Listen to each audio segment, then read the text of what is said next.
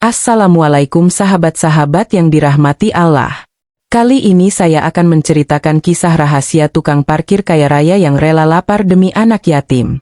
Simak kisah ini karena akan ada banyak pesan dan hikmah di balik kisahnya. Namun sebelumnya saya sarankan luangkan waktu sejenak untuk menuliskan sholawat Nabi Muhammad agar kelak selawat ini menjadi saksi untuk mendapat syafaat di akhirat. Like, share, dan subscribe ke channel ini sangat membantu menyebarkan dakwah Islam dan menjadi amal jariah. Pak Hasan, tukang parkir sederhana di sebuah kota kecil mengawali hari dengan semangat meski perutnya keroncongan. Setiap hari ia bertugas menjaga kendaraan yang terparkir di sekitar warung makan kecil yang biasa ia datangi. Hidupnya memang pas-pasan, tapi Pak Hasan selalu menyimpan senyum dan hati yang hangat untuk siapa saja. Suatu siang yang terik, saat ia sedang mengatur parkiran, pandangannya tertuju pada sosok kecil yang duduk terdiam di pinggir jalan. Seorang anak perempuan kurus dengan mata sayu dan pakaian yang compang-camping. Anak itu tampak lelah dan kelaparan. Pak Hasan tak bisa menahan rasa iba yang tiba-tiba membanjiri hatinya. Meski perutnya sendiri belum terisi. Tanpa ragu, Pak Hasan menghampiri anak itu dan bertanya lembut. Anak itu hanya terdiam kemudian menunduk sambil mengusap air mata yang mulai mengalir. Pak Hasan memberanikan diri mengajak anak itu masuk ke warung makan dan membelikannya sepiring nasi hangat. Dalam diam, Pak Hasan merasa ada sesuatu yang berbeda hari itu. Gadis kecil itu memperkenalkan dirinya sebagai Laila. Suaranya pelan, hampir seperti bisikan. Usianya sekitar 7 tahun. Tapi tubuhnya kurus kering jauh dari anak-anak seusianya. Ia bercerita dengan terbata-bata bahwa kedua orang tuanya telah lama meninggal dalam kecelakaan. Sejak itu ia hidup berpindah-pindah menumpang di rumah orang sampai akhirnya ia kembali ke jalanan. Pak Hasan mendengarkan dengan penuh empati. Tangannya menggenggam gelas air putih, tapi matanya tak lepas dari wajah Laila yang terlihat begitu letih. Di tengah keramaian warung, hanya suara sendok dan piring yang terdengar. Tak seorang pun memperhatikan dua orang itu.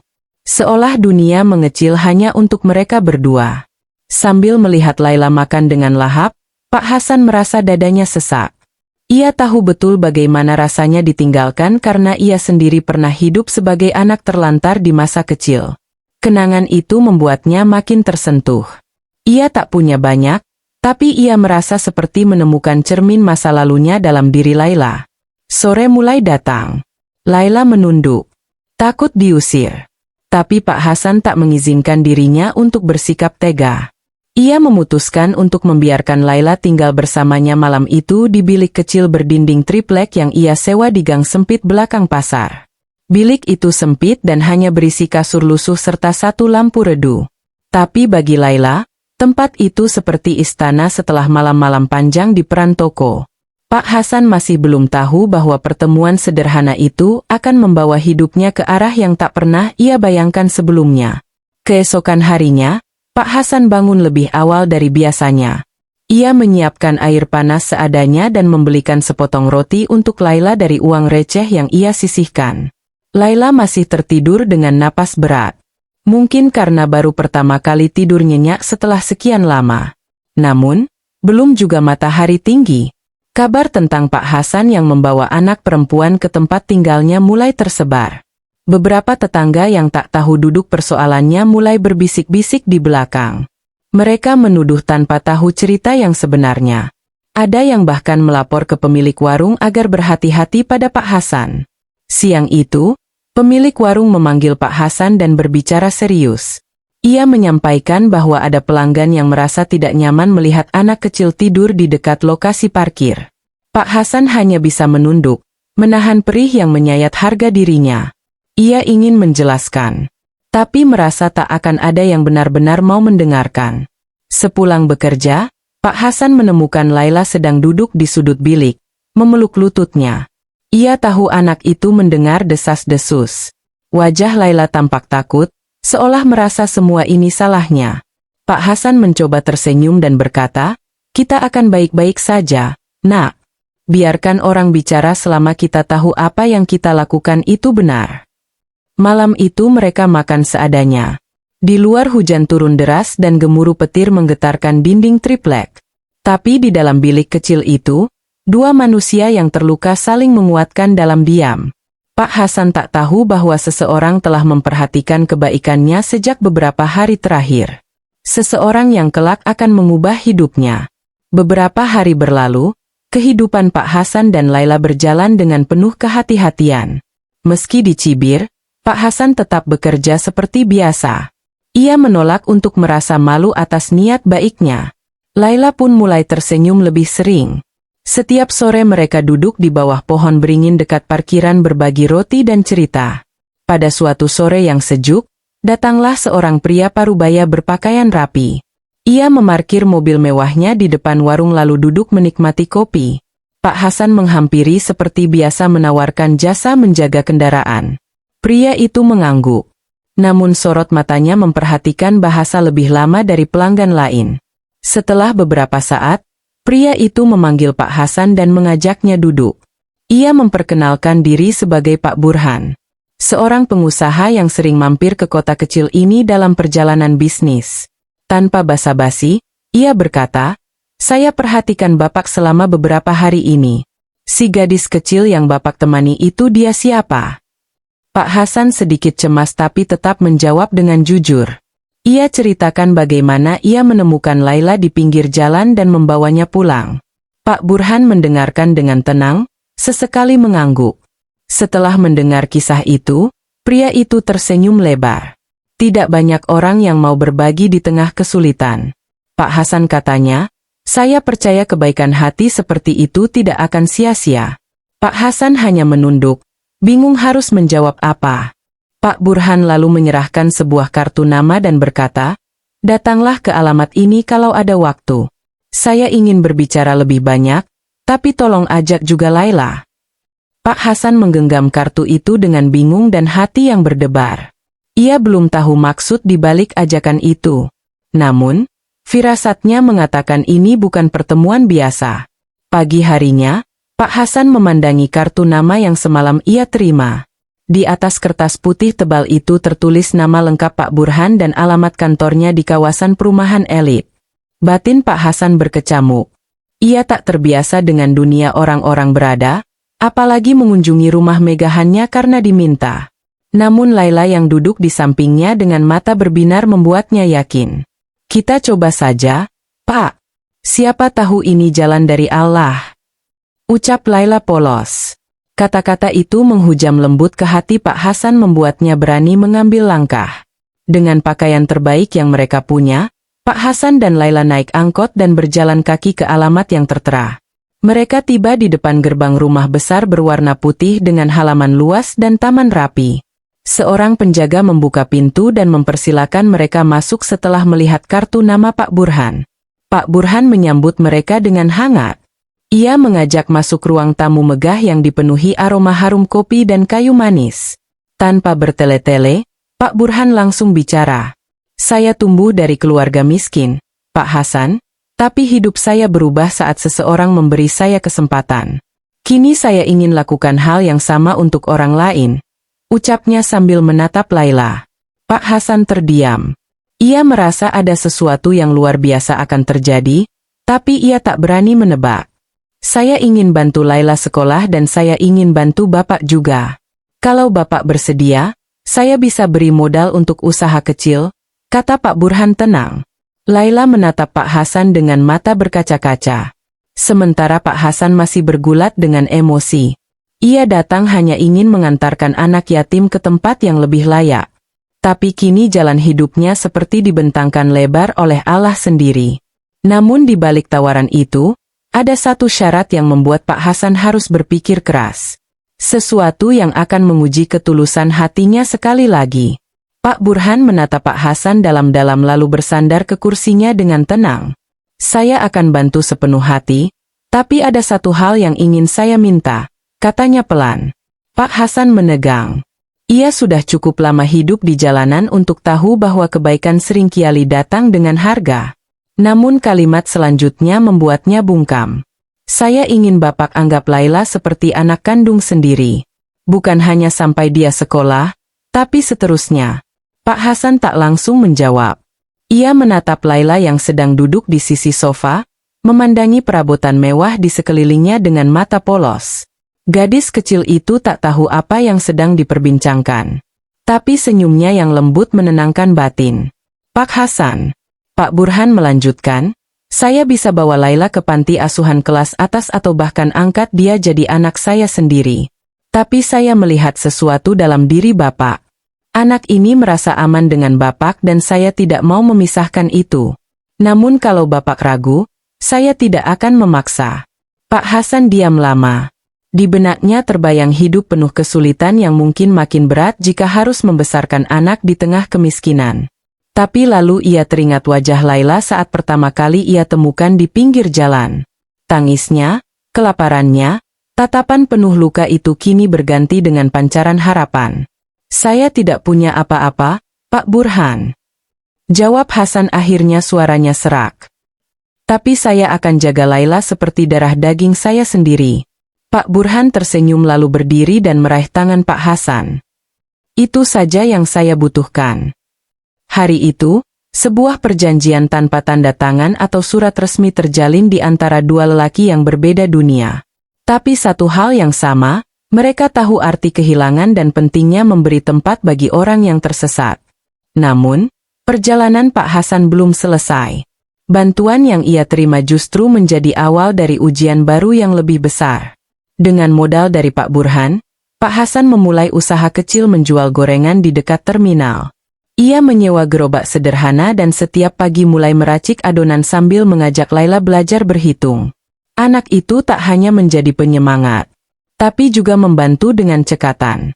Dalam hitungan minggu, dagangan Pak Hasan mulai laris. Wajah ramahnya dan gorengan hangat yang selalu baru keluar dari minyak panas membuat pelanggan berdatangan. Laila selalu menyapa mereka dengan sopan, mencuri hati banyak orang. Namun kesuksesan yang tiba-tiba ini tak luput dari bisik-bisik orang sekitar. Beberapa tetangga yang dulu mencibir kini mulai mempertanyakan asal-usul rezeki Pak Hasan. Ada yang berkata ia mendapatkan pesugihan. Ada pula yang menuduhnya memanfaatkan anak kecil demi simpati pembeli. Suatu hari saat Pak Hasan sedang membereskan dagangan di malam hari, datanglah Pak Iwan, tetangga lamanya yang dikenal suka ikut campur urusan orang. Hasan, saya cuma mau kasih saran. Ujarnya dengan nada tajam. Kalau kau ada main sama dukun atau pesugihan, mending berhenti sebelum ketahuan aparat. Pak Hasan menatap Pak Iwan dengan tenang, tapi dadanya bergejolak. Ia tidak marah karena dituduh, tapi kecewa karena kebaikannya malah dicurigai. Saya hanya bantu anak yatim, Pak Iwan, dan itu sudah cukup bagi saya, ucapnya singkat sambil menutup gerobak dan menarik Laila pulang. Namun tekanan dari lingkungan terus bertambah. Seseorang bahkan menempelkan tulisan di pintu biliknya yang berbunyi, "Tukang parkir sok dermawan, jangan sampai malah celaka." Pak Hasan tahu hidupnya sedang diuji, tapi ia tak menyadari bahwa cobaan terbesar belum datang. Karena saat satu pintu rezeki terbuka, pintu-pintu iri dan fitnah ikut mengintip dari celah. Pagi itu langit tampak mendung. Pak Hasan bersiap-siap membuka gerobak seperti biasa. Namun Laila mengeluh sakit perut. Wajahnya pucat, tubuhnya lemas, dan ia enggan makan. Pak Hasan mulai cemas. Ia membaringkan Laila dan memeriksa suhu tubuhnya. Panasnya tinggi sekali. Dengan tergesa, Pak Hasan membawa Laila ke puskesmas terdekat. Setelah menunggu lama, dokter menyampaikan bahwa Laila terkena demam berdarah dan harus dirawat. Pak Hasan menggenggam tangan kecil Laila, mencoba menenangkan gadis kecil itu yang terus menggigil di ranjang besi. Namun, tantangan tak berhenti di situ. Uang hasil dagangan hanya cukup untuk biaya awal pengobatan. Ia mulai bingung menimbang harus meminjam ke siapa. Ia tak ingin lagi merepotkan Pak Burhan. Sementara itu, kondisi Laila terus memburuk. Ia mulai mengigat menyebut nama orang tuanya sambil meneteskan air mata. Di luar ruang rawat, Pak Hasan terduduk lemas. Ia merasa tak berguna. Hatinya menjerit. Bertanya dalam diam kenapa setelah semua usahanya untuk berbuat baik, cobaan justru datang bertubi-tubi. Namun, di tengah rasa putus asa itu, datanglah sebuah pesan di ponsel tuanya dari nomor tak dikenal. "Bapak Hasan, kami mendengar kondisi Laila. Tolong cek bagian administrasi puskesmas. Semua biaya akan ditanggung. Pak Hasan tertegun, tangannya gemetar saat membaca pesan itu. Ia segera ke bagian administrasi dan benar saja, seluruh biaya perawatan Laila telah dibayar lunas. Saat ia menanyakan siapa yang membayar, petugas hanya menjawab, ada seseorang yang ingin tetap dirahasiakan. Ia tahu hanya satu orang yang mungkin melakukan hal itu. Namun, Pak Hasan juga sadar kebaikan ini seperti rantai. Saat satu tangan menolong, akan ada tangan lain yang siap meneruskan. Tapi pertolongan itu hanya bisa bertahan sebentar. Karena malam itu kondisi Laila makin memburuk. Dan pada detik-detik menjelang tengah malam, napas Laila mulai berat. Ia memanggil Pak Hasan dengan suara nyaris tak terdengar lalu menggenggam tangannya di kamar rawat yang sepi. Hanya terdengar suara detak jam dinding dan alat infus yang menetes pelan. Pak Hasan duduk di samping ranjang menggenggam tangan mungil Laila yang terasa semakin dingin. Wajah anak itu pucat, matanya yang besar kini sayu dan berair. Pak, kalau aku sembuh, aku mau belajar yang rajin. Aku mau bantu Bapak jualan. Bisik Laila lirih. Seolah bicara dari jauh, Pak Hasan mencoba tersenyum meski dadanya terasa sesak. Iya, Nak, kita bakal jualan bareng. Tapi sekarang Laila istirahat dulu, ya, biar kuat lagi. Air mata Pak Hasan jatuh satu persatu menetes di tangan Laila. Ia tak pernah merasa takut seperti ini sebelumnya. Ketakutan kehilangan. Ketakutan gagal menjaga amanah. Ia bangkit dari kursi, mengambil air wudhu di musala kecil puskesmas, lalu kembali duduk di lantai samping ranjang. Dengan penuh kepasrahan, ia menengadahkan tangan dan berdoa, Ya Allah, kalau memang harus aku yang kau ambil, ambil saja nyawaku, asal anak ini kau sembuhkan. Jangan biarkan dia menderita lagi. Doa itu bukan hanya dari lisan, tapi dari jiwa yang sudah tak punya daya. Tangisnya pecah senyap. Tak ada orang lain di ruangan itu. Hanya ia, Laila, dan udara malam yang dingin seperti kematian yang mulai mengintip dari balik tirai. Namun, beberapa jam kemudian, sesuatu yang tak diduga terjadi. Suhu tubuh Laila mulai turun. Nafasnya pelan, namun lebih stabil. Saat perawat memeriksa, ia mengangguk kecil dan berkata, anaknya mulai membaik. Pak, ini keajaiban. Pak Hasan hanya bisa memeluk Laila perlahan. Takut kalau terlalu kuat, gadis itu akan rapuh kembali. Tapi untuk pertama kalinya setelah berhari-hari ia bisa menarik napas lega. Namun kabar tentang Laila yang sakit dan pengobatannya yang misterius mulai menyebar keluar. Dan kali ini bukan sekadar tuduhan pesugihan. Ada pihak yang mulai mencium keterlibatan orang kaya dalam hidup Pak Hasan dan itu membuat mereka tidak senang. Kesembuhan Laila menjadi kabar gembira di kalangan tetangga yang peduli, namun juga menjadi bahan gunjingan bagi mereka yang hatinya dipenuhi iri. Isu soal Pak Hasan yang dimodali orang kaya misterius makin melebar. Ditambah dengan adanya fitnah baru bahwa ia telah menjual anak kecil demi kepentingan pribadi. Suatu malam saat Pak Hasan baru saja memarkir gerobaknya dan hendak menutup lapak, datanglah 3 orang tak dikenal menghampiri. Mereka berpenampilan kasar mengenakan jaket lusuh dan bau alkohol menyengat. Salah satu dari mereka mendorong gerobak Pak Hasan hingga terbalik. Hei Hasan, sok suci lo ya? Tiba-tiba kaya dagangan laku. Anak yatim lo jadikan umpan buat cari simpati. Seru salah satu dari mereka dengan nada mengancam. Pak Hasan mencoba tetap tenang, namun tangannya gemetar menahan emosi. Ia tahu melawan hanya akan memperburuk keadaan. Ia berdiri dan berkata lirih. Saya cuma kerja jujur, Mas. Saya nggak ganggu siapa-siapa. Namun, pukulan mendarat di wajahnya. Ia jatuh ke tanah. Darah mengalir dari sudut bibirnya. Orang-orang mulai berdatangan. Tapi para pelaku keburu kabur, meninggalkan ancaman. Jangan sok jadi malaikat, Hasan. Dunia ini enggak ramah buat orang munafik. Laila yang ikut menyaksikan kejadian itu dari jauh berlari sambil menangis. Ia memeluk Pak Hasan erat. Tubuhnya gemetar. Pak Hasan memeluknya balik dengan lembut. Meski tubuhnya sendiri terasa sakit, bukan hanya karena luka fisik, tapi juga luka batin yang ditoreh oleh ketidakadilan. Keesokan harinya, Pak Burhan datang menjenguk. Saat melihat wajah Pak Hasan lebam dan dagangannya rusak, ia terdiam sejenak lalu dengan tenang berkata, "Kalau Bapak bersedia, saya punya rencana bukan sekadar membantu, tapi mengubah hidup Bapak sepenuhnya." Pak Hasan menatapnya masih bingung. Namun dalam hatinya ia tahu inilah saatnya memilih. Terus bertahan di tengah fitnah dan kekerasan atau mengambil langkah besar yang bisa membawanya jauh dari semua ini. Menuju masa depan yang tak pernah ia bayangkan sebelumnya. Pak Hasan duduk termenung di depan rumah kontrakan kecilnya. Sementara di dalam Laila sedang menata tas ransel barunya dengan semangat. Hari itu keputusan besar telah dibuat. Laila akan tinggal sementara di rumah Pak Burhan untuk mendapat pendidikan yang layak dan perawatan yang lebih baik. Saya akan sekolahkan dia di tempat terbaik. Saya juga akan ajari dia komputer, bahasa asing, dan keterampilan hidup. Ucap Pak Burhan dengan tegas saat berbicara pada bahasan sebelumnya. Tapi untuk itu saya butuh Bapak ikhlas melepas dia. Setidaknya sampai dia kuat berdiri sendiri. Keputusan itu menghantam hati Pak Hasan. Meski ia ingin Laila punya masa depan cerah. Membayangkan hari-harinya tanpa suara tawa kecil gadis itu membuat dadanya terasa kosong. Namun, ia tahu ini bukan tentang dirinya.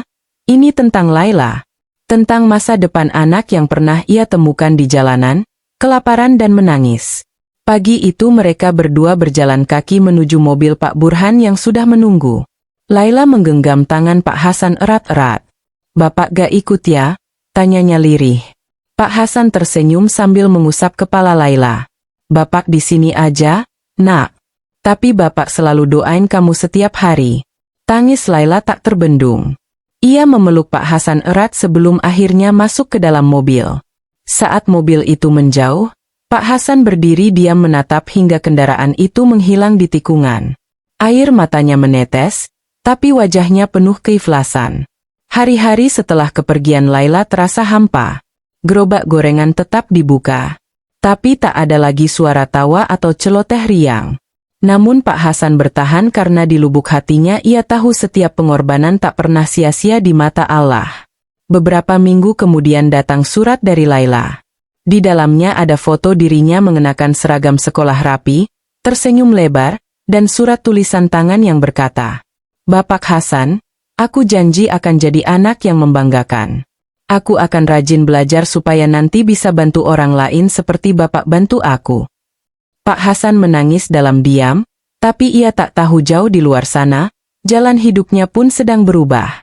Karena seseorang telah diam-diam mencatat semua perjuangannya dan siap membuka jalan baru yang lebih besar. Beberapa hari setelah surat dari Laila tiba, Pak Hasan mendapat telepon dari seorang pria berpakaian rapi yang memperkenalkan diri sebagai staf Pak Burhan. Ia mengundang Pak Hasan untuk bertemu di sebuah kantor di pusat kota. Dengan penuh rasa penasaran dan sedikit gugup, Pak Hasan datang tepat waktu. Di sana Pak menunggu dengan senyum hangat. "Saya lihat perjuangan Bapak sangat luar biasa, Hasan," katanya sambil menepuk bahu Pak Hasan. "Sekarang saya ingin membantu Bapak lebih dari sekadar modal usaha. Saya ingin mengajak Bapak bergabung dalam sebuah proyek sosial yang besar. Kita akan membantu banyak anak yatim dan keluarga kurang mampu, tidak hanya di kota ini, tapi juga di daerah lain." Pak Hasan terdiam. Tak menyangka akan mendapatkan kesempatan sebesar itu. Ia tahu proyek ini bukan hanya soal uang, tapi tentang tanggung jawab besar. "Saya siap, Pak Burhan.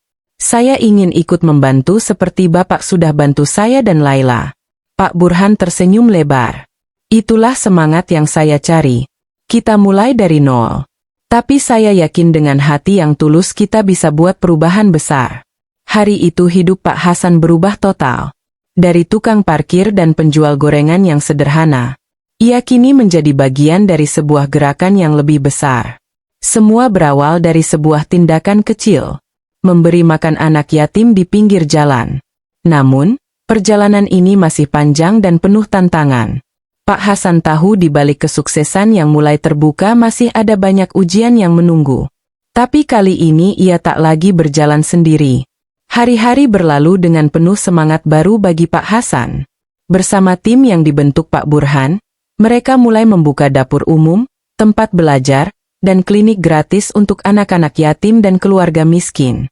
Nama Pak Hasan mulai dikenal sebagai sosok yang peduli dan gigih. Namun kesuksesan itu tidak luput dari mata para musuh lama.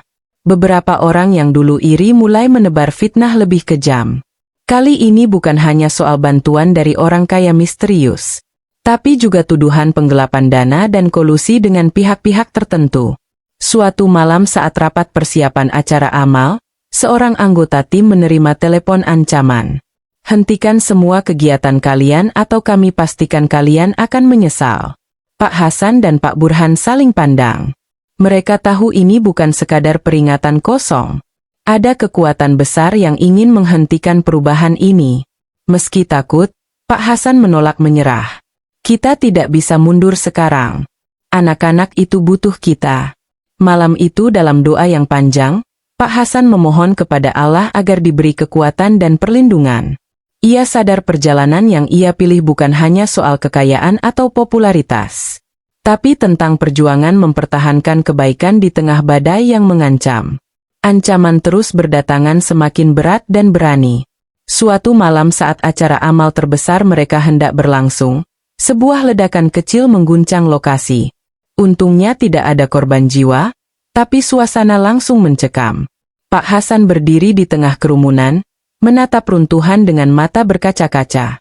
Semua jerih payah hampir hancur dalam sekejap. Namun di balik duka itu muncul tekad yang lebih besar. Dengan suara lantang, ia berkata, "Kita tidak akan kalah oleh ancaman dan kekerasan. Kebaikan harus terus berjalan demi mereka yang tak mampu bersuara." Semangat itu menyebar ke semua yang hadir. Mereka bergandengan tangan, membersihkan reruntuhan, dan merencanakan ulang acara amal dengan penuh keyakinan. Berkat dukungan masyarakat luas dan doa yang tak henti, usaha mereka semakin berkembang. Laila yang kini sudah tumbuh menjadi remaja pintar dan kuat datang kembali untuk ikut membantu. Pak Hasan tersenyum penuh haru, menyadari bahwa setiap pengorbanan, setiap luka membawa mereka pada cahaya harapan yang tak pernah padam. Waktu terus bergulir dan usaha Pak Hasan bersama timnya makin berkembang pesat. Dari sekadar tukang parkir yang rela lapar demi memberi makan anak yatim, kini ia menjadi sosok inspiratif di banyak kota. Program-program sosial yang mereka jalankan telah membantu ribuan anak dan keluarga kurang mampu. Laila yang dulu adalah anak kecil lemah yang ditemukan di pinggir jalan, kini menjadi gadis cerdas dan penuh semangat. Ia aktif dalam berbagai kegiatan sosial dan bertekad melanjutkan perjuangan ayah angkatnya. Pak Hasan sering dikenang bukan hanya karena kekayaannya yang tiba-tiba, tapi lebih karena hati dan ketulusan yang ia tunjukkan sejak awal. Ia mengajarkan bahwa kekayaan sejati adalah ketika kita bisa berbagi tanpa pamrih. Di penghujung cerita, Pak Hasan duduk di depan rumah sederhana melihat anak-anak bermain di sekitar tempat usaha sosialnya. Senyum tulus terukir di wajahnya, penuh rasa syukur dan keyakinan bahwa kebaikan akan selalu menemukan jalannya. Hikmah cerita. Cerita ini mengajarkan kita bahwa kebaikan yang tulus sekecil apapun akan membawa berkah dan perubahan besar dalam hidup. Ketulusan hati dalam membantu sesama terutama anak yatim dan yang membutuhkan jalan menuju rahmat dan rezeki dari Allah. Seperti firman Allah dalam Al-Quran Surah Baqarah ayat 274. Orang-orang yang menafkahkan hartanya di malam dan di siang hari secara tersembunyi dan terang-terangan, maka mereka memperoleh pahala di sisi Tuhan mereka. Tidak ada kekhawatiran terhadap mereka dan tidak pula mereka bersedih hati. Cerita ini adalah fiktif yang dibuat seolah nyata agar kita semua dapat mengambil hikmah dan pelajaran berharga dari kisah tersebut. Semoga kita semua terinspirasi untuk selalu berbuat baik tanpa mengharap balasan. Karena kebaikan pasti kembali kepada kita dalam bentuk yang tak terduga. Terima kasih sudah menyimak cerita ini sampai selesai. Jika kamu menyukai cerita ini, jangan lupa beri komentar, like, dan subscribe agar saya bisa terus membagikan kisah-kisah inspiratif lainnya.